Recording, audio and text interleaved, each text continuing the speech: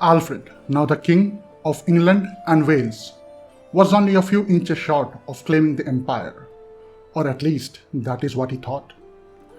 Without the presence of any major powers in this land, Alfred looked into other ways of subjugating the remaining broken counties and dukedoms. For the rulers who had nothing but hate for him, Alfred had no choice but to return to his old ways of kneeling them.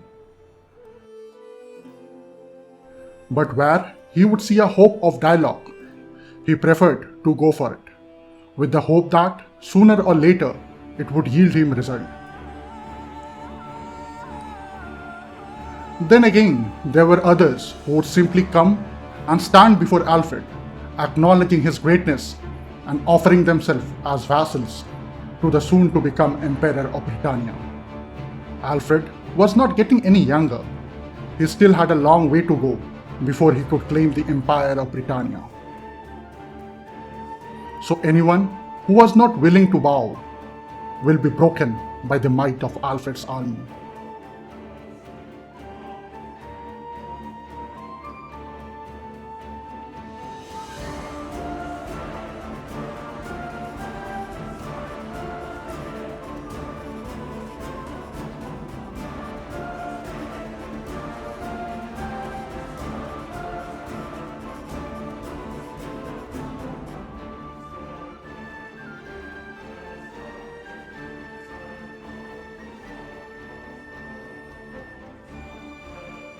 The newly acquired northern counties were still being entrusted to Ethelred. After all, one day he had to take the mantle of this great realm from his father, and Alfred felt these new responsibilities were grooming his son up nicely for the future. To remove any strong foothold of the Vikings from the island, he went for the capital of the last remaining Ragnarsson in Britannia, Ivar. Even with his allies, Ivar's forces were no match for Alfred's growing army. Alfred soon descended upon the cities of Ivar. But before Alfred could meet up with the youngest Ragnarsson, Ivar dies mysteriously. His son took up the banner from Ivar. But the changing regime didn't impact the war much. As anticipated, one after the other, the cities fell before Alfred.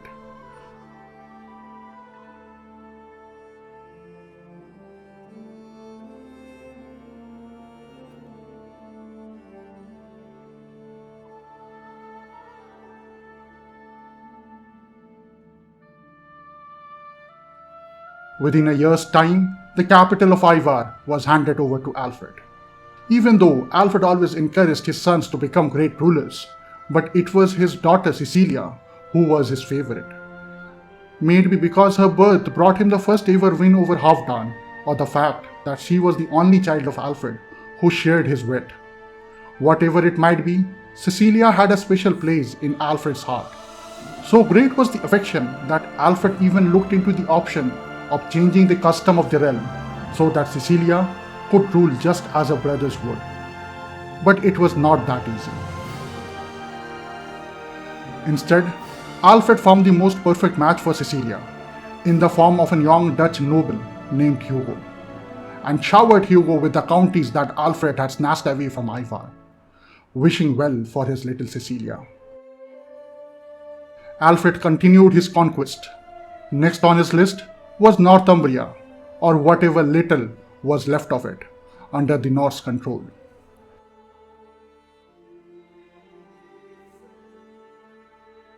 It was to be business as usual for Alfred, but that is when a terrifying news came in.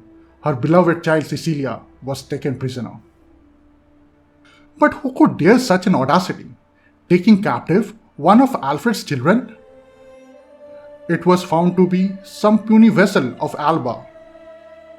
He had never thought of Scotland as a threat till that day, but this incident would change his notion. Alfred knew not what he could do to rescue her. It seemed only her husband Hugo could ransom Cecilia. But Alfred knew Hugo lacked the coins needed for such an arrangement. He quickly sent across all the coin he could need so that Hugo could rescue back his little Cecilia. Not only that, Alfred also engaged his bishop to fabricate a claim on Alba. If needed, he would go to war with whole of Scotland for such an insolent act. Even though the war for Northumbria was going well, but Alfred's mind was not at peace. First, it was the imprisonment of Cecilia. Then, it was the sad news of her sister's demise.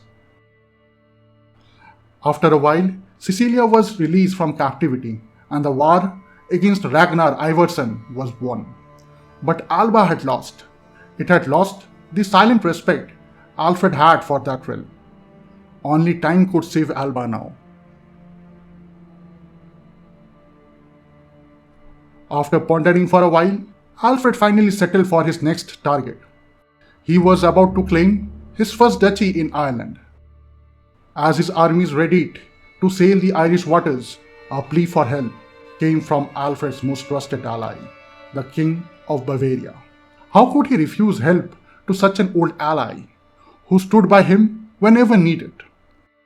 Alfred divided his forces. While he embarked on the conquest of Ireland, his second army ready to cross the channel into Bavaria.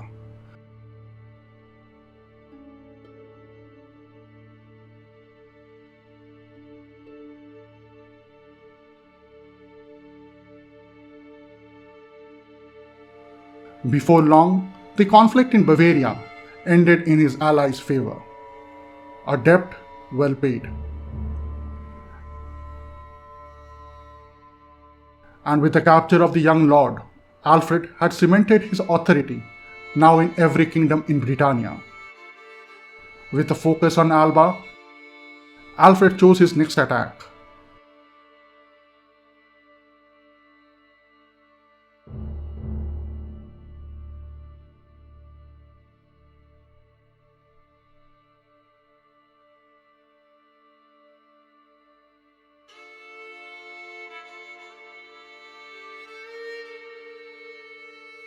With another quick victory, Alfred now controlled almost all of the western counties in Scotland.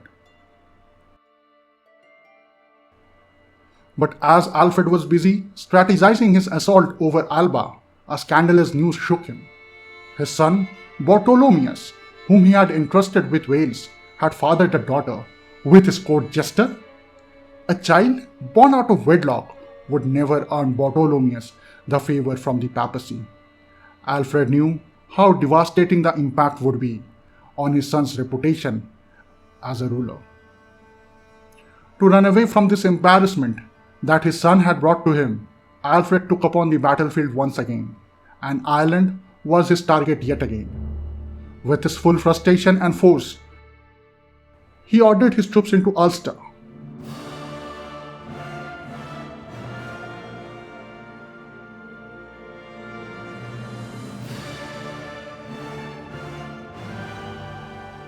Another county backed by Alfred. One could see the desperation of an uncertain future in Alfred's move. He was now literally buying vassals.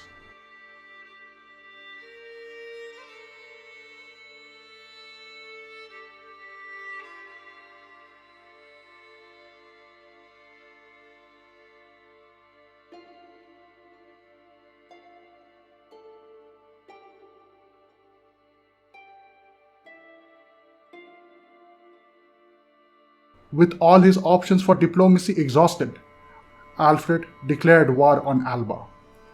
If he can subdue Alba, then no one can challenge his claim on the Kingdom of Scotland.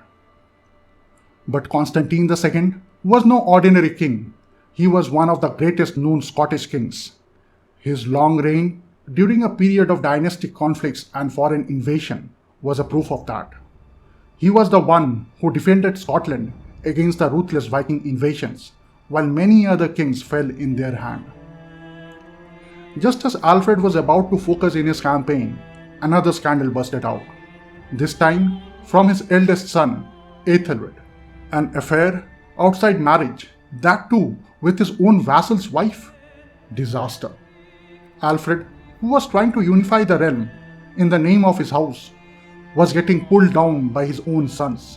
First Bartholomeus and now Ethelred, his most eligible heirs, were now both stained with scandal and adultery. But Alfred had no time for remorse. The war with Constantine was not going to be easy. Alfred, along with a 7,000 strong army, sailed out for Scotland.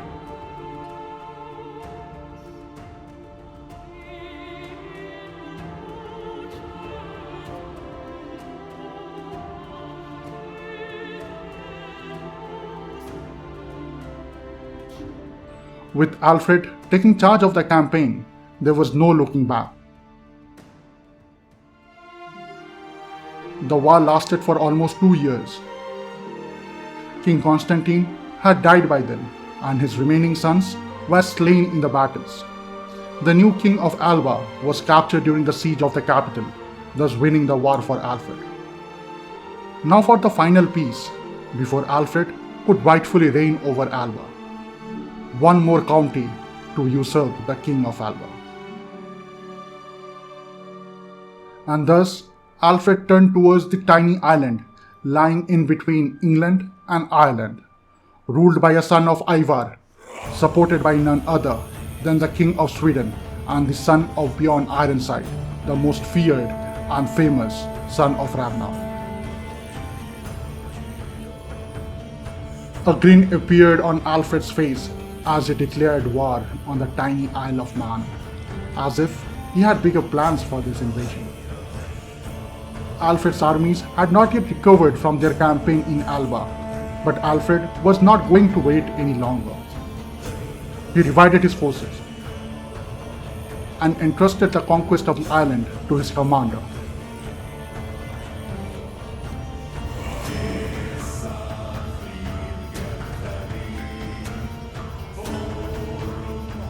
Who crushed the small force defending the island and laid siege on the fortress.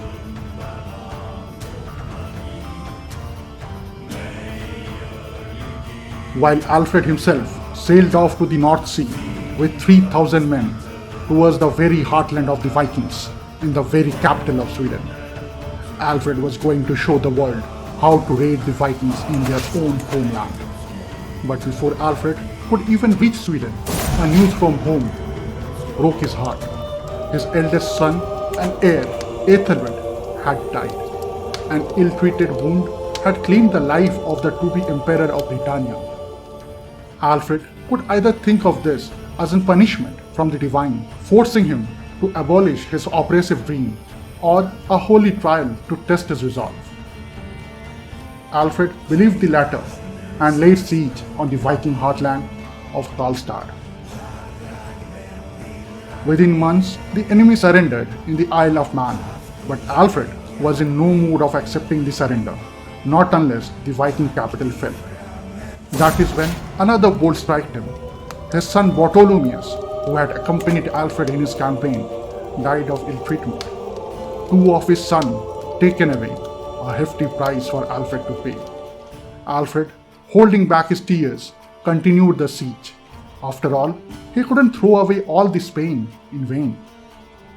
After about a month's time, the siege was finally won. Alfred's men brought to him a throne from the captured city. It had an inscription carved on it, dedicated to Ilyana, wife to Bjorn Ironside and the former Queen of Sweden.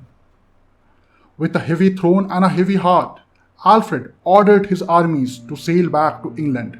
The point was proven. Even the Viking capital can be sacked. Now, there was no point in keeping this cursed war going for any longer. It was time to claim the kingdom of Scotland. From now on, there shall be no king in the island but Alfred alone. But the halls of Dorset had too many memories for Alfred, too many dead souls to haunt him. Before embarking upon a new chapter on his life, Alfred decided to shift his capital to Winchester, listening to a wise man and hoping it would bring his family better luck.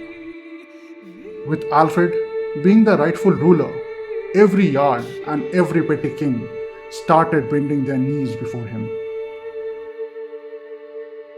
And finally, it was time to claim the one title he had dreamt of: Alfred, the Emperor of Britannia.